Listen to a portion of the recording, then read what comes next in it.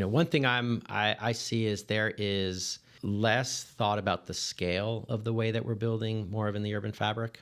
We're losing the kind of historical typologies. Those neighborhoods are changing so drastically. A lot of these big homes that are just plopped into these urban properties that just don't belong there. Allowing for families to kind of develop in manners that meet their needs, but not overdeveloping in a manner that we're kind of changing that fabric so drastically that we're losing that kind of idea of what our neighborhoods used to be. I don't know. I think as architects and designers and builders, I think we can actually design in a manner that kind of fits those neighborhoods in a sense, and that fits the needs and the demands of the families that are moving in there. There's so many different ways of attacking it, and I'm always focused on that with clients, on how to salvage that kind of historical identity of what that neighborhood is, and kind of rethinking how that property and the home will work for their needs from now all the way down the road.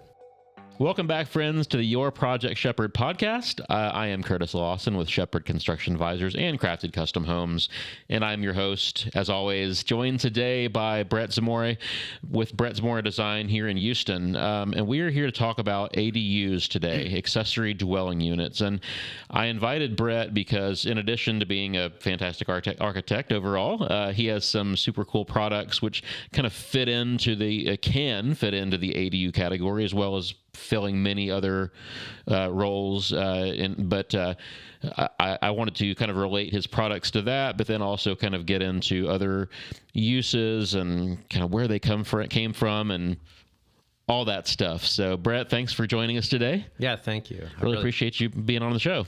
I appreciate being here. What you're doing is awesome because the city needs insightfulness as to the building industry and all the different kind of, trades that are part of it, and what we're doing. I mean, this is a pretty innovative city that we have. It is. So tell us about your company, well, about you and your background and your company, what you guys do. Originally, I'm from the Northeast, moved here in 95 to go to grad school at Rice Architecture.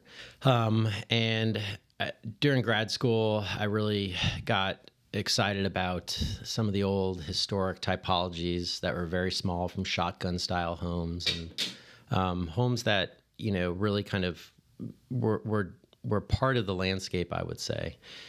Unconditioned homes that really dealt with the harsh and hard climate that we have. And I really, kind of focused on that, took that into my thesis when I was in my final year, and finished up in 99, and ended up doing a project that I think really became a precedent for a lot of what I'm doing, or what I'm trying to kind of work off of, I would say. Trying to create successful and unique housing in all different types for different needs. And, one thing I've been able to kind of really kind of succeed in is understanding, coming in as someone new into the city back in 95, and really seeing how the city has changed and morphed considerably, from the way technology's changed, from medical to technology, how the energy industry's changed, but how our city's exploded in population. And that has created a lot of demands of different needs, not just in architecture, but in everything, infrastructure, you can name it. But also how our neighborhoods have changed, the fabric of our neighborhoods, the demands to move kind of near downtown. But there's also still these great demands for people who want to move way beyond the city, I would say. Mm-hmm. But I was, graduating in 99. I ended up working for an architect for about 8 years. And during that time, I was still doing my own stuff. And I was fortunate to kind of move from a thesis into actually designing, I would say, a housing model that is very modest, very small, where I've actually kind of pushed that into developing these kit homes. And I would say now I'm doing some prefab work, but really focusing on these smaller housing units that could actually be, a main house, or really kind of these secondary housing units.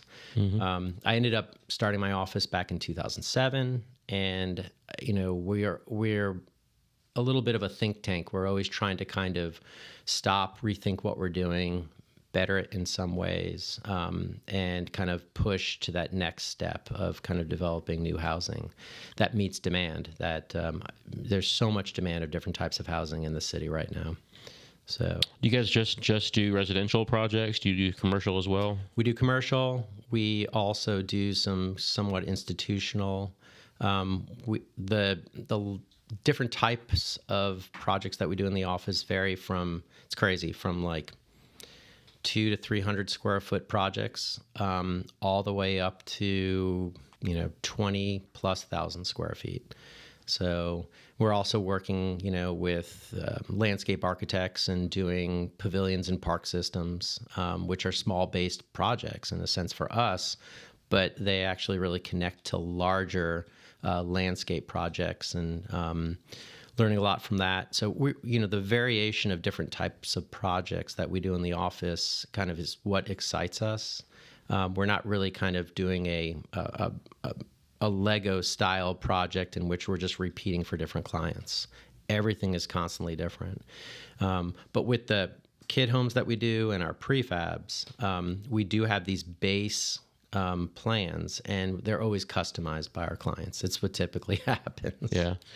One thing that you said a minute ago about, you came here from the Northeast and kind of dove into looking at the history of Houston, architecture, housing. I'm sure it's a different perspective, somebody coming into a city fresh versus someone who's lived here their whole life. Because I think sometimes when you live in a place your whole life, you kind of have blinders on, and you've been there and you're ingrained, and you're not really coming in and looking at it from a broad perspective. You're kind of looking at the way that you've always looked at it, I guess, is what I'm saying. I really do. I feel like I've seen this city kind of gone through the biggest change within the shortest period of time. And so coming out here in 95, and this was, the city things were slow. Things were really slow.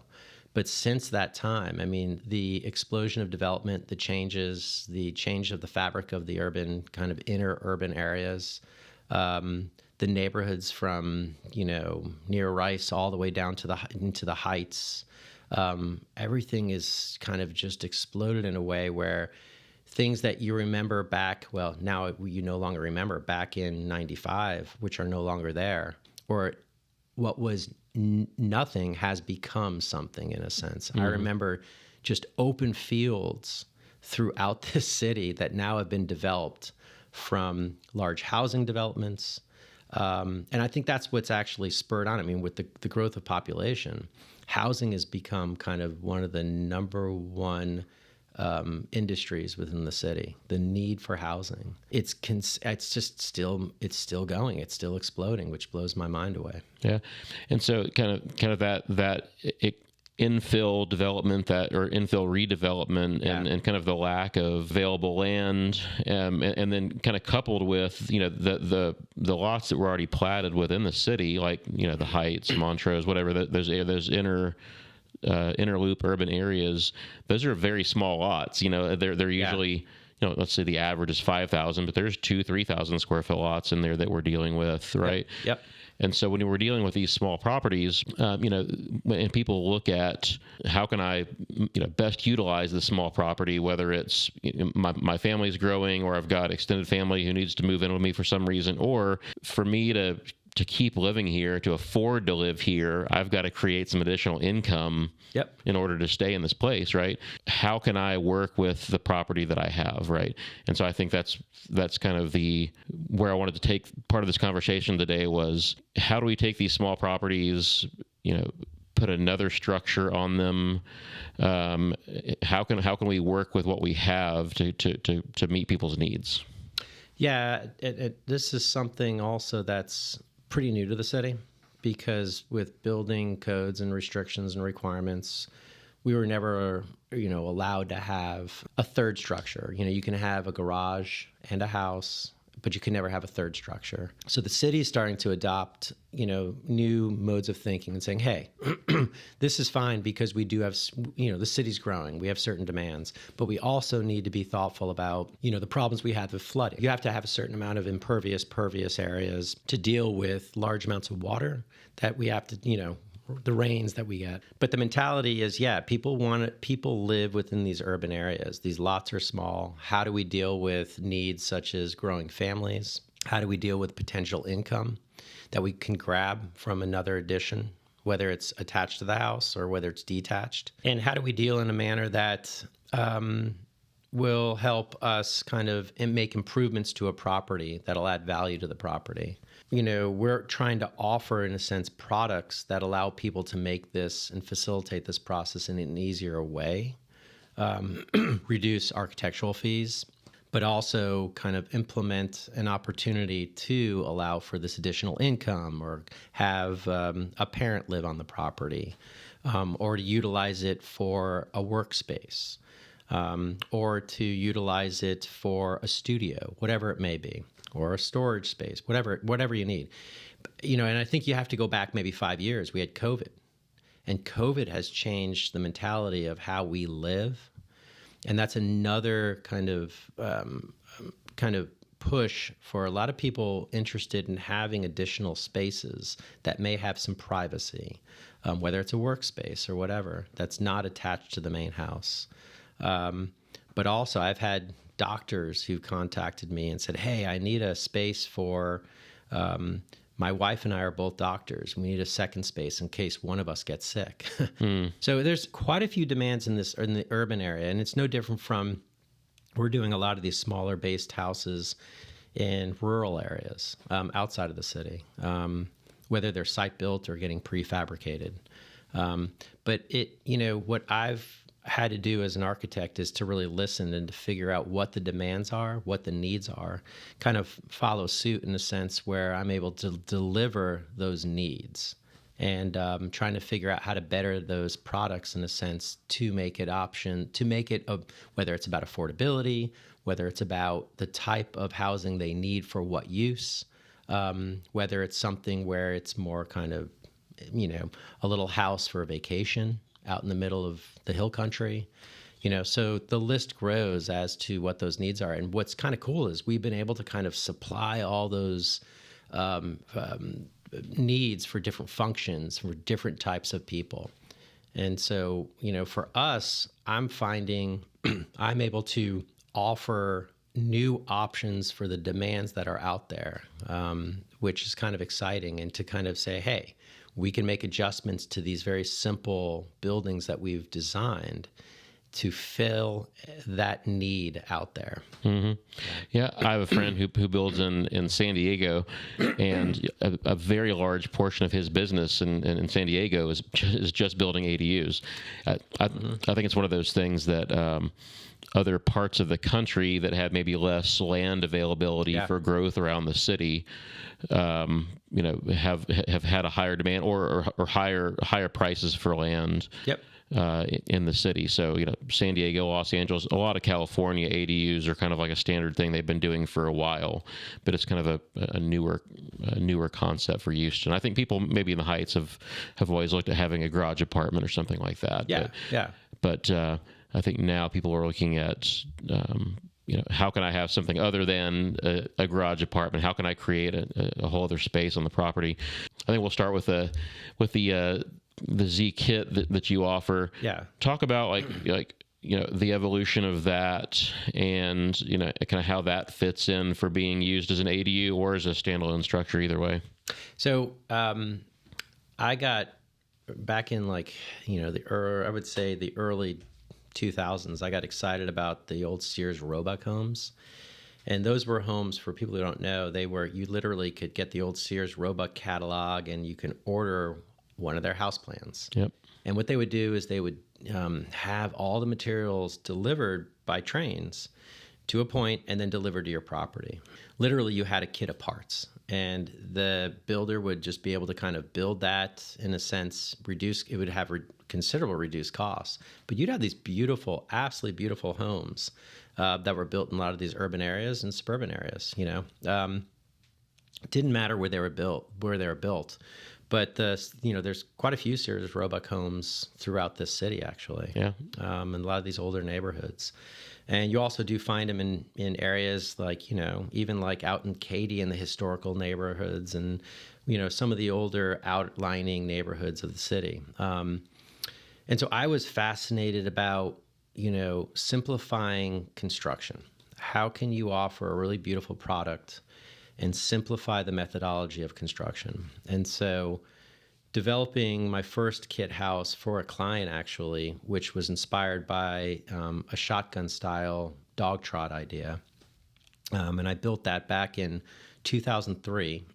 And from that house, I was able to, even though it was customized and site built, and I was able to think about it in the design process about how to utilize standard building components from 4x8 sheets of plywood to standard lengths of materials, widths every 4 feet, and trying to design a home that you almost didn't have any cutting of lumber.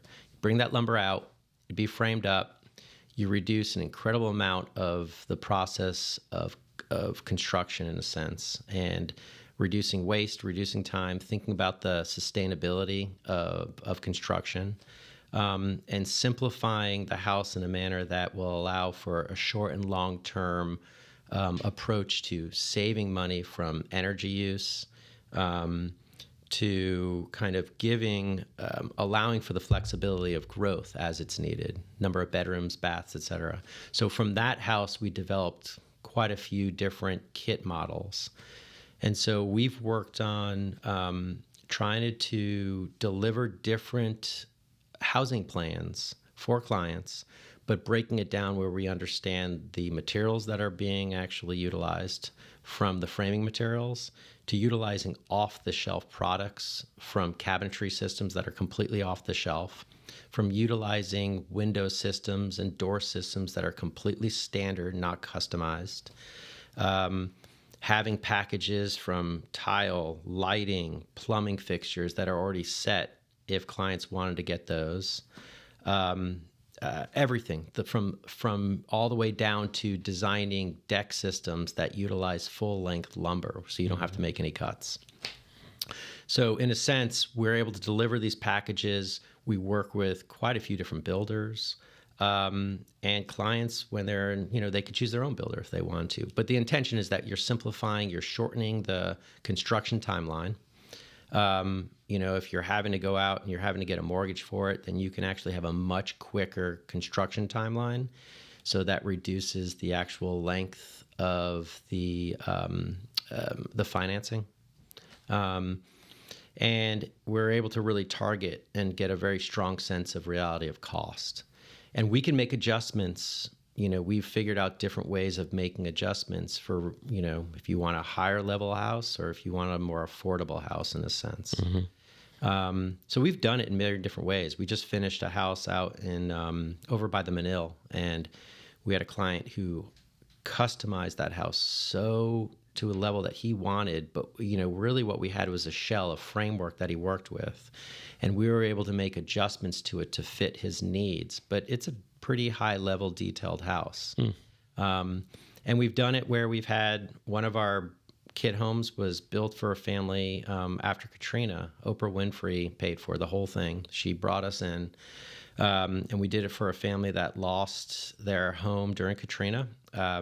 She had this Amish group of young guys come down from Pennsylvania. Wow. And literally build this thing in 2 days. It was incredible. And the finishing out of the house took about I'd say about 2 months. So the house was built from start to finish in about 3 months. It was wow. Insane. Yeah. And we've also been able to kind of, adjust our models for the demands and the needs. We listen to people, in a sense, and figuring out different ways for the kit homes to meet a larger audience, I would say. Yeah. And that's the idea, is like, how can I kind of develop these, home plans in which, think about, my focus is sustainability, really nice design, and homes that fit within different types of neighborhoods, whether it's urban or suburban. Yeah. And so it's amazing. I think we've done close to about 50 of these homes. And really what we're doing is we're selling home plans and giving different options. And so Right. how can we figure it out to make it work for you? So you're not actually you're not selling a kit, right? Like you're not selling, here's a pre-cut lumber package, right? It's essentially it's a set of plans. Here's a materials takeoff list, I would assume, based on using standard dimension stuff. Yeah. So we're trying to simplify the level of construction, so that it makes it easier and for the builder, and it reduces costs for the client, and it reduces the construction timeline considerably. Right. Yeah. And so, it's for us, I mean, we've been through it so many times. We're constantly fine tuning it in a way that makes, it makes I'd say the product even much better. The fact that we've been able to do it so many times. Yeah. And are the plans expandable to where you could start off with a 1-bedroom plan and kind of add on another module, so to speak? Yeah. We did a house out in Baton Rouge, Louisiana, where we started off with one of the homes. And then we created a conditioned extension off it and added a secondary one, which added an additional 2 bedrooms and a full bath, and then the main laundry space.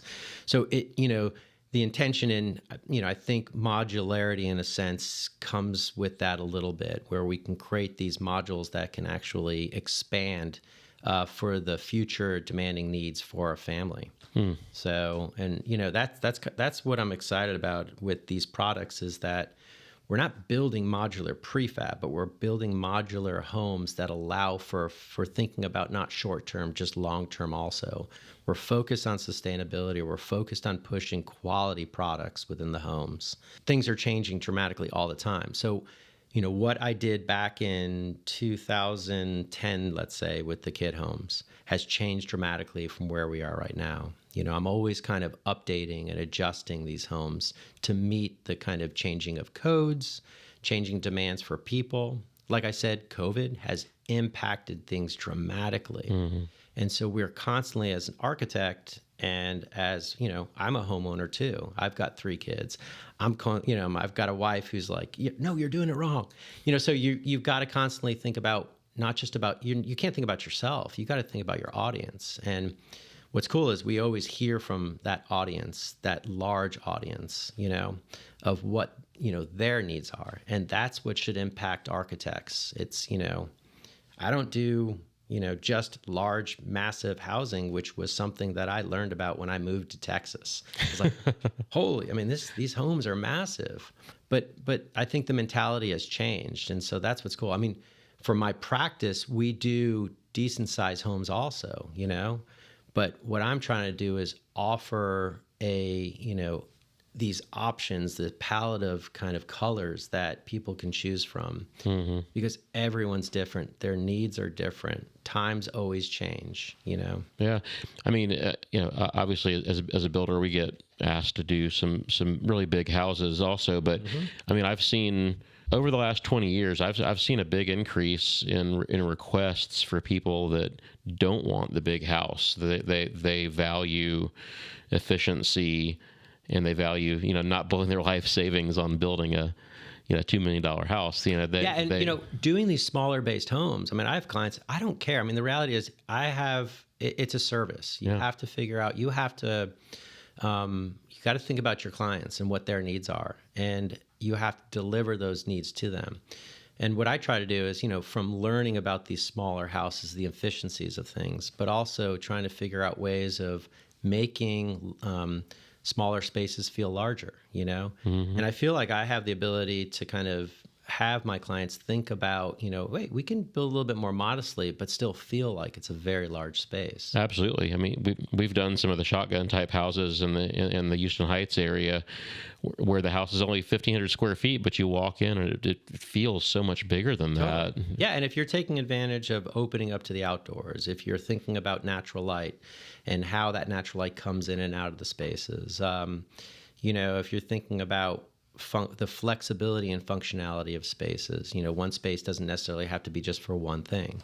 And like I said, things have changed. I mean, if you have children, I mean, it's amazing how kids can take over spaces or their lives can take over a space. And I think there are these like, it used to be where loft spaces were big, having large open living, dining room, kitchen spaces. But things are constantly changing. Now we're trying to figure out ways of creating a separation of privacy within spaces. It's nice to have moments where you have a living room or a dining room that don't interact with those other spaces.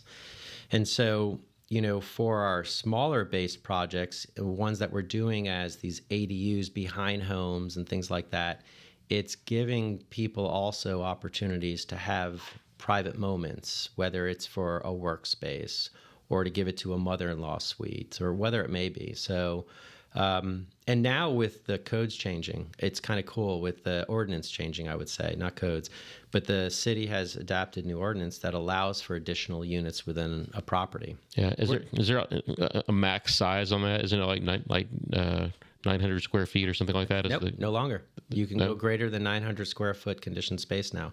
That's what's pretty cool. We're doing I think it may be the first on a residential property in Montrose area. It's an MUR, a multi-unit residence. And what it is, it's a garage apartment with 2 units above it. And it is a multi-unit. We have to do the whole, follow the fire rating codes, all that stuff. But it's behind an existing single family house. So we're kind of going through a process of completely gutting, renovating the existing house and creating, and this is all about how to create additional income. We're creating 2 units over the garage with a main stairwell that feeds to those 2 units. And they're efficiencies, but they're pretty darn cool. And it gives an opportunity to increase the amount of income that's coming into that property. Yeah. So when you have a ADU on a property, whether it's an extended family or a rental unit or whatever it is, I think there's this tension of we want this extra space on the property, but we also need privacy for each unit. How do you balance providing that privacy that's needed? You also have to look at, how you're doing these, accessory dwelling units, and look at the site planning of the property too. You got to think about, we're a car culture in the city. So everyone needs a car, of course, and you got to think about parking. You've got to think about, if someone's coming into a property as a secondary unit, how to allow for privacy on the other units. So we do have to kind of think about how we look at the outdoor public spaces, in a sense, for one unit and the privacy of that unit not to interrupt the lives of the other units. So we're very focused on that. We're not just trying to throw an ADU onto a property. And it does come with work that has to be done to the property typically also. So you have to think about doing site work. And we're not just focused on the actual construction of a building. We're thinking about the entirety of that site, the design of landscaping it in a sense that offers clarity on how you get in and get out of that property, and consider, the other private spaces around it. Yeah. So I wanted to touch also real quick on the zFAB, the fabricated home product that you guys have too. Tell us about that and what the differences are between. Obviously one's a kit and one's a prefabricated house. What's that product and what's the use case for that versus the kit home? So when I was doing, the kit homes, I'd always been excited about this prefab movement. And you don't see much of it in Houston because, again, labor costs are incredibly affordable building in an urban area like Houston. So to me, doing prefab in our city doesn't make any sense because the return on investment for site building just outweighs the whole prefab product. Because prefab, you're dealing with, you've got to really thinking about how it's being built in a warehouse, and then you have a shipping model that you've got to actually ship from that warehouse all the way to a site. And there are complexities to that shipping process also. It's a very expensive process. But still, I was like, well, I think it's something that also there is a model there that makes sense, depending on where you're doing it. But for me, I never was interested in having a factory myself. I don't think it makes sense. I mean, I think I'm good at doing what I do, and then partnering up. I think I brought this up to you a little earlier, was that you have to figure out how to do the things that you're best at, and to work with the groups that that are doing the best themselves also. And I think that's one thing I've done with the zFABs is figured out kind of an umbrella of different trades, of different resources, and trying to figure out how to create a network that would deliver something where there's a need, and that is for a prefab house. Initially, I did get excited about prefab. I was like, okay, I'm going to try to figure out how to do this, but I'm going to site build them. So the first one that we did was my office, actually, in the Heights. And so and I thought about building it in a manner. I was like, okay, let me think about my site as kind of a warehouse, and how I could do this similar to the kit homes, where I'm utilizing off-the-shelf products, from wood lumber, reduced cutting, reduced framing. So all the trades that I brought in, I minimized their kind of work, the amount of labor they have to do, trying to utilize standardized products, stuff like that. And then again, it doesn't have to be. I mean, a lot of these kit homes and prefabs, we're doing custom. That's custom cabinets, custom windows, things like that. Utilizing off-the-shelf everything, similar to what I learned from the kit homes. But that was I was able to stage the first one as my office, which worked out great. And just building that first one kind of was something, it was incredible marketing, I would say.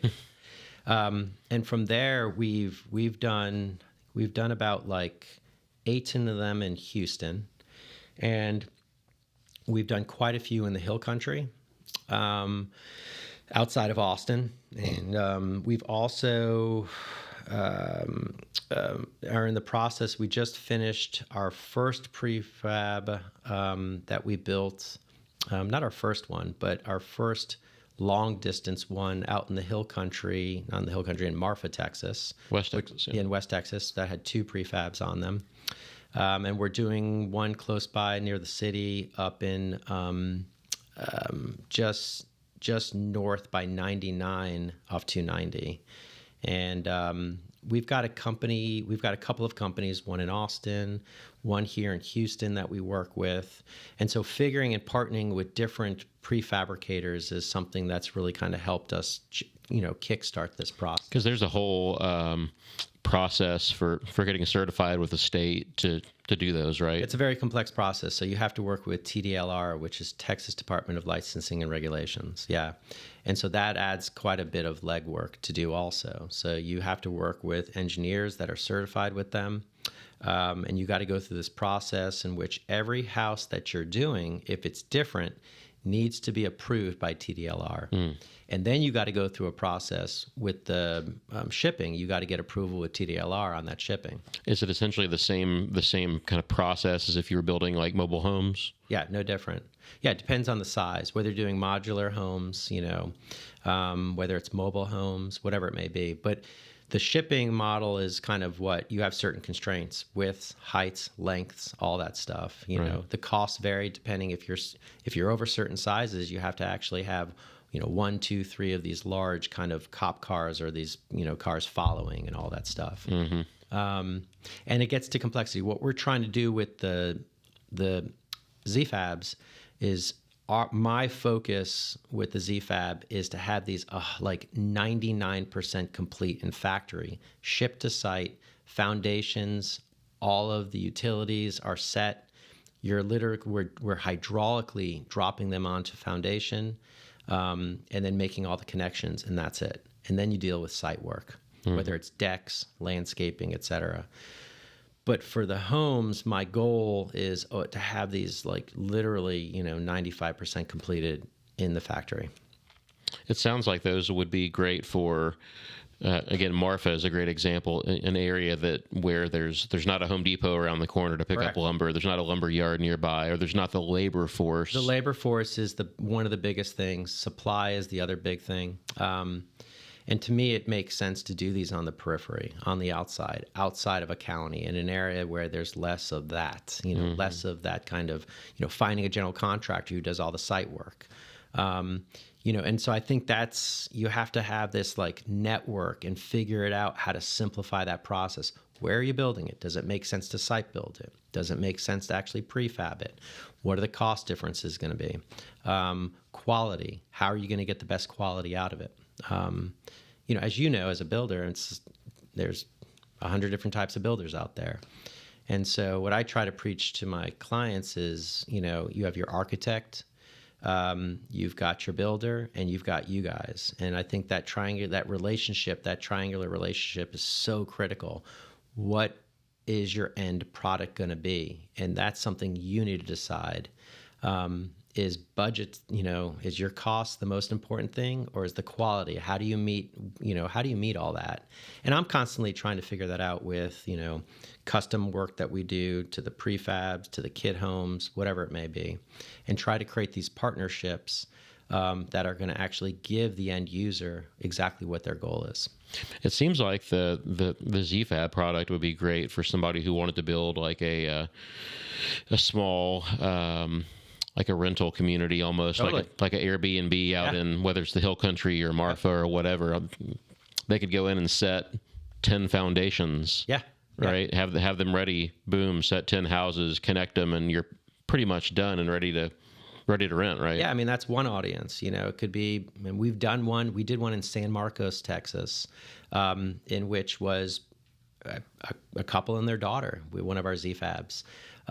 We had to site build that because the complexity of the site wouldn't allow us to prefabricate it. But we did go through an exhaustive process trying to figure out the best method to build for them. We've considered these housing for kind of higher end executive housing in the energy industry, in areas where, executives go out to drilling shells and they try to, they need nicer housing. The list goes on, whether, a little vacation house out in the middle for a family, rental properties that are in really a beautiful, an area where they can kind of do camping, hunting, whatever it may be. Yeah. Inner city, so we're actually a really cool project that meets a demand is we've designed a house, one of our kit homes, a large customized kit home for a family up in Conroe. And, they just said, what, we live out here in Bel Air, but what we would love to do is have one of your zKITs prefabricated. And what we'll do is we'll live out there, we'll get that built, we'll live out there for just a little bit, and then we'll start construction on the main house. And so what we've done is we've designed this to be kind of a little pool house for the future, a guest pool house. And so we've site planned the entire property so it really makes sense. And so we're able to kind of utilize, we'll have to figure out how we're getting electrical to it, thinking about, septic and all that stuff. But everything, the initial, once we bring that prefab out there, we'll have everything set for the future house too. So it kind of meets I would say it meets something that they feel is going to be impactful for their lives, a need for their lives, for the short and the longer term. Yeah, I've actually been considering building something in my backyard as an ADU type unit that initially could be like a pool house outdoor, with a covered outdoor living space, but that could then transition into being like housing for my parents as they get older. Yeah. Right. So if I have a structure it can serve one purpose today, and then 5 or 10 years from now could serve another purpose. That we're kind of planning for the future and has some flexibility there for us. Yeah, I mean, I've had our city.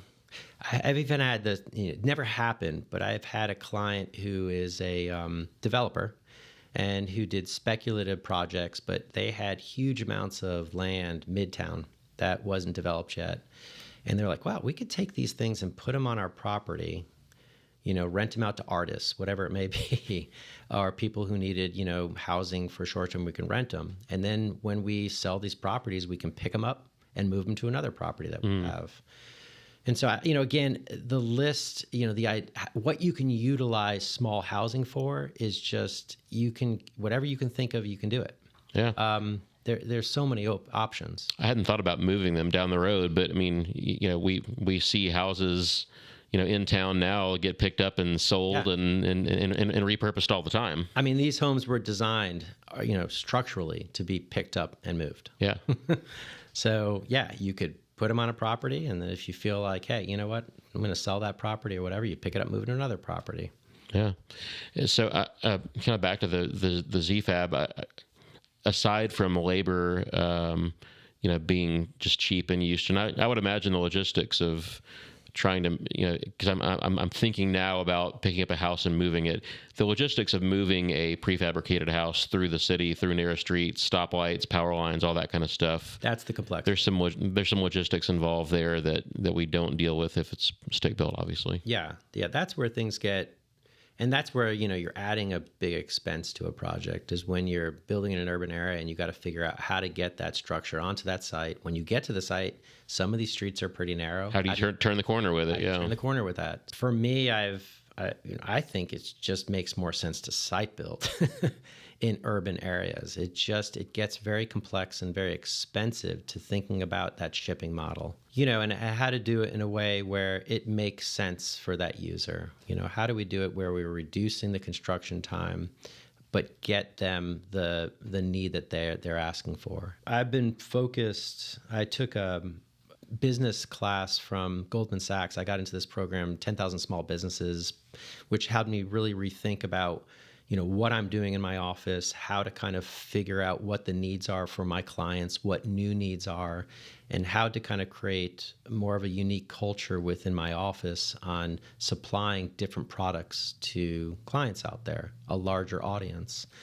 And so, for me, it's constantly rethinking, sitting down, listening to my clients and rethinking how to get things done in a different manner.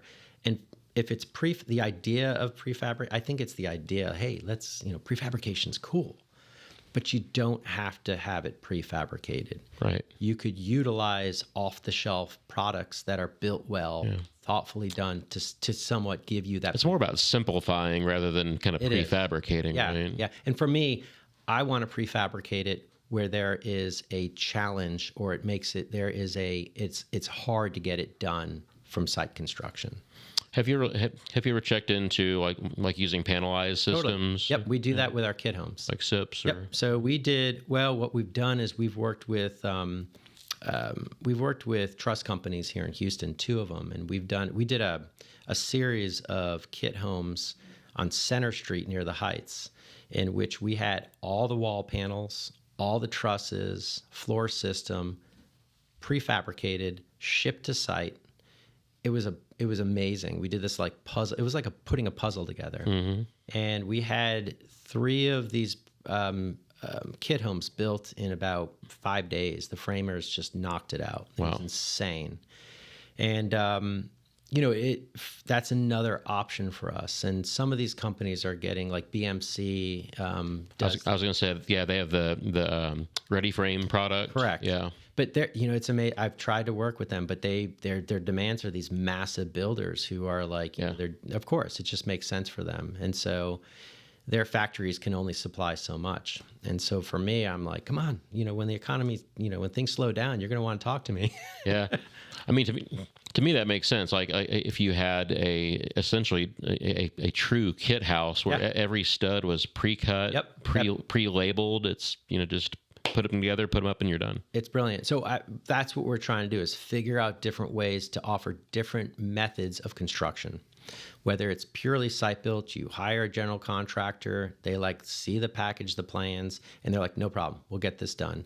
But they build it on site, or utilize these kind of very smart systems that are set in place, from pre-cut systems all the way to having it prefabricated completely.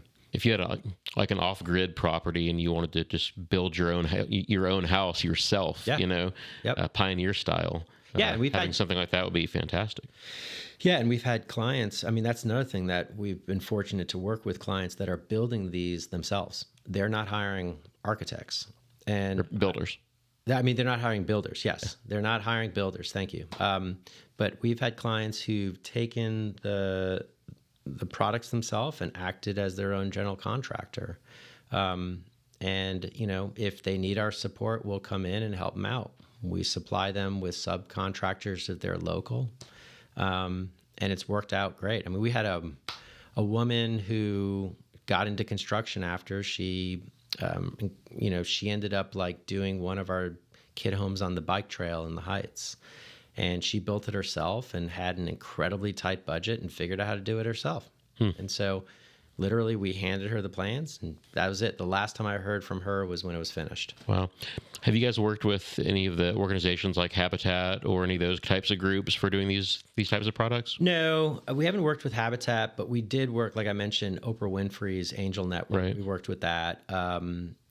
We've been in contact with various groups, and yeah, I mean, again, like I said, the products that we have, we try to figure out a way of adjusting them so that the cost of construction would work in different ways. Like we've had them built for $90 a square foot, all the way up to $400 a square foot for the kid homes.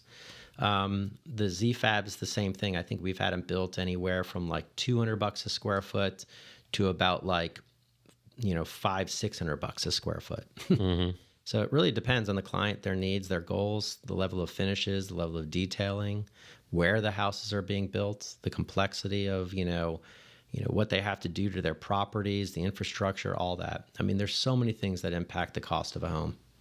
Can the zFAB be shipped out of state, or is that a different licensing to do stuff in other states? No, we have a company that can ship to 50 states. Oh, cool. Yeah. Put it on a barge and ship it to Alaska and put it on no problem. on a bank in Alaska. Yeah, totally. I mean, we did a house in Brenham, and the client has property out in the state of Washington on one of these islands, and they're like they're racking their, like, we want to build something small. It's like, I've got a product for you. So, I mean, these are things that I'm constantly thinking about. And again, it's trying to collaborate with, groups that'll help facilitate that process. And letting others kind of really tell me, hey, this is the best way to do it. Working with people who are good at what they do. I'm great at being an architect, designing, working with clients, putting on a different hat for every different client. But I do have to kind of work with others who are giving me advice also and saying, hey, this is the best way to fabricate it also. And for me to listen to them. It's just like working with builders locally. I've got different builders who are good at what they do, and I have to listen to them even during construction. Hey, let's try this. Let's try it this way. Awesome. Yeah. As long as we're meeting the needs for my client and what we've, the design intentions.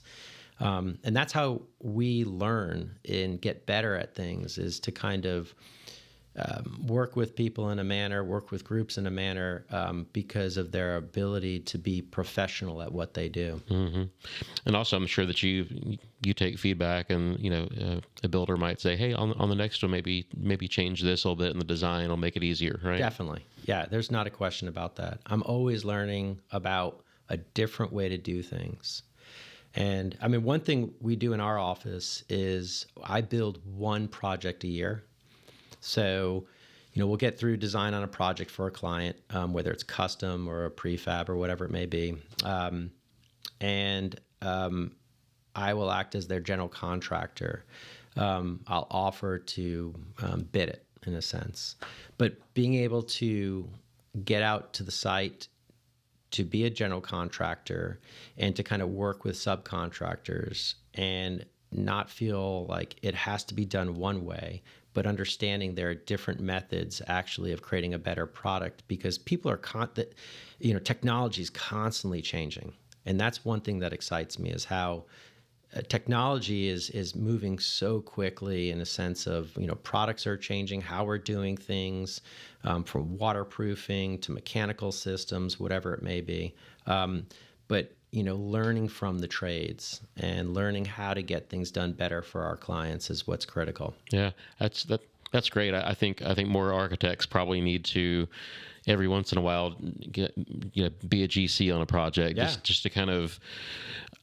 I'm not an architect, but I'm sure that if by rolling out the plans and doing it, you're like, oh, maybe I should start doing it that way to make life easier for these people, right? I mean, like you always pick up on something that you come across where a light bulb goes off. Well, and you would know, and I could be wrong on this, but a lot of the times, a lot of these drawings that architects produce, a lot of these pages that are being drawn are just being ignored.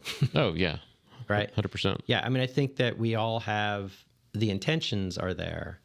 And we're very concerned. If you're a good builder, you're concerned about, how things are put together, the waterproofing aspect, making sure that sustainability factor from short and long term are met, that the systems are done right from mechanical to, plumbing to electrical, et cetera. But I do see as I go out in the field 9 out of 10 times that drawings that we have are just ignored.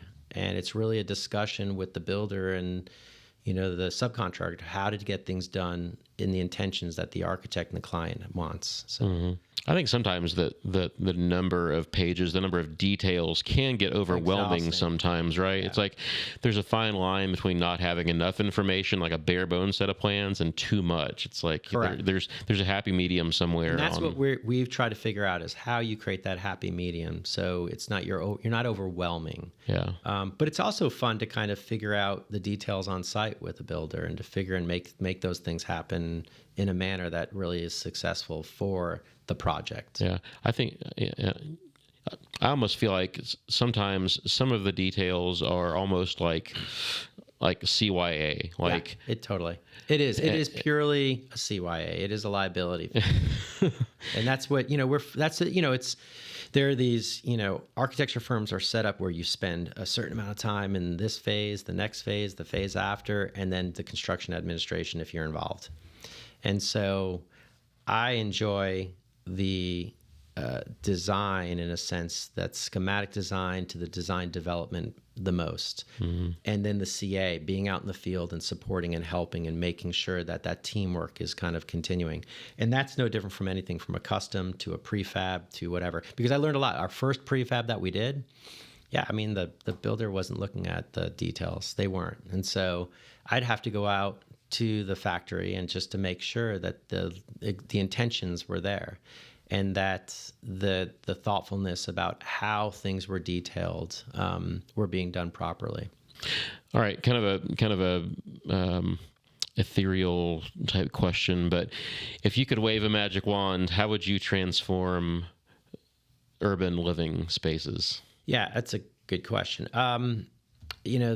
I would say the urban fabric has changed so much. I think we need to, one thing I see is there is less thought about the scale of the way that we're building more of in the urban fabric. We're losing the kind of historical typologies. Those neighborhoods are changing so drastically with scale change. And I think that we need to think about how to save a lot of the historical attributes of our neighborhoods. And that is, not necessarily having to save a historical house, but designing new homes that meet the demands of the changing kind of families that we have.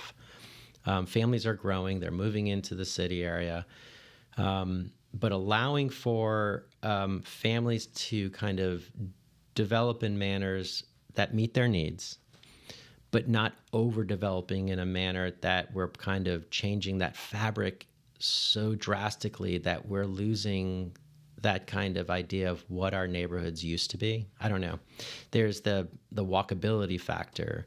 A lot of these big homes that are just plopped into these urban or more like, for instance, the Heights. I'm seeing such drastic changes in there. With homes that are put into these properties, homes that are ripped out, homes that are put in that just don't belong there, that don't match that scale and the materiality of what used to be there, I would say. I don't think we need to the reality is, I think as architects and designers and builders, I think we can actually design in a manner that kind of fits those neighborhoods in a sense, and that fits the needs and the demands of the families that are moving in there. There's so many different ways of attacking it, and I'm always focused on that with clients, on how to salvage that kind of historical identity of what that neighborhood is, and kind of rethinking how that property and the home will work for their needs from now all the way down the road. So we've definitely gotten kind of a different direction. We kind of focused less on ADUs, which is perfectly fine. It's been a great discussion. But what, just to kind of pull it back into the ADU discussion a little bit, and to wrap it up, what advice, if somebody wants to, consider building an ADU or adapting their property for, let's just say, for multi-generational living, what advice would you give to people who are considering doing that? I think it's great. I think you have that opportunity right now to do it. There's a lot of options out there. And I think it's something that makes a lot of sense. I mean, we did a project in the Heights for a family that actually had a parent that needed a place. We built an ADU for them. They live in that ADU right behind the house. And we've done it in a way that gives her the privacy that she needs, and the family the privacy that they need. I think that you do have to think about everything from what your goals are, your needs are, how you site plan things to give yourself that privacy, whether it is multi-generational and you're bringing in a grandparent, or you're utilizing it as your son, graduates from college and has a place to come home to, or your daughter has a place to kind of go to, or a place where they can go out and play music, or I don't know. I think you just have to figure out, what I always tell my clients is, figure out what your goals are, your needs are, write it down, simplify it, and then find that product that's going to make the most sense for you. So, any final thoughts for folks? I mean, that was pretty good summary there. But any kind of final thoughts on our ADU multi-generational living discussion today that I haven't touched on yet? No, I mean, like I was mentioning earlier, it's just the variation of different types of ADUs that we've done. Meet such a variation of demands that have kind of filtered up over the past 10 to 15 years. And like I said, COVID has impacted things so dramatically, and how technology and how technology is rapidly changing is impacting the way how we're doing this stuff. And I think, we're getting, my office, and I think there's a lot of different offices that are doing this too, are getting better and better at figuring out how to deliver these in a manner that makes sense for people to meet these demands. I mean, we had a family who bought a neighboring property next to them. We did an ADU and it was a pool house and a pool, and they're utilizing it as kind of an additional space for family. And they also utilize it. We put a generator at it, so anytime they have a storm, they lose electricity, they move over to that ADU. They've got the ADU that has everything for them, plus a pool.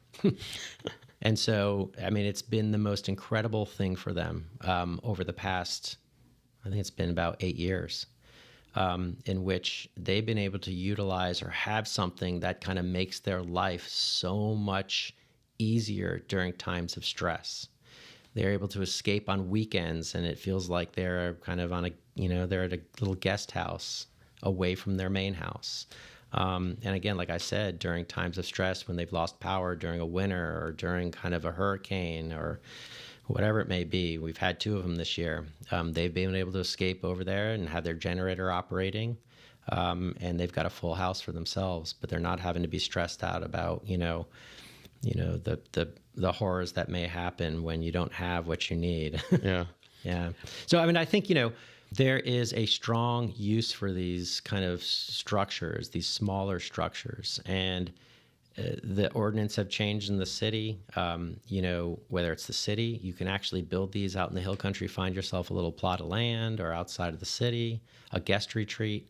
There's so many different uses, and it's just exciting about, to us, it's exciting about how to kind of make these adjustments and changes all the time to meet these demands that we're kind of getting hit up on constantly. Awesome. Yeah. Well, we'll definitely talk about my backyard because I've got, like I said, I've got a space that I need to put one of these. Yeah. And so we'll talk some more about that. Fantastic. And plan something for my family too.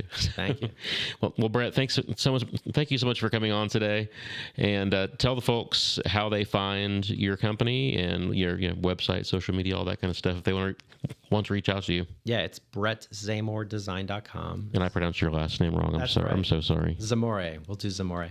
I'm so sorry. You got it. And it's just check out the website. You can email us at office@brettzamoredesign.com. And we're always here. We're here to listen. We're here to figure things out and make it work for all of our clients. Awesome. Well, thank you so much for being here today. Thank you so much for inviting me. All right. And thank you all for listening to the Your Project Shepherd podcast. I'll see you next time. Take care.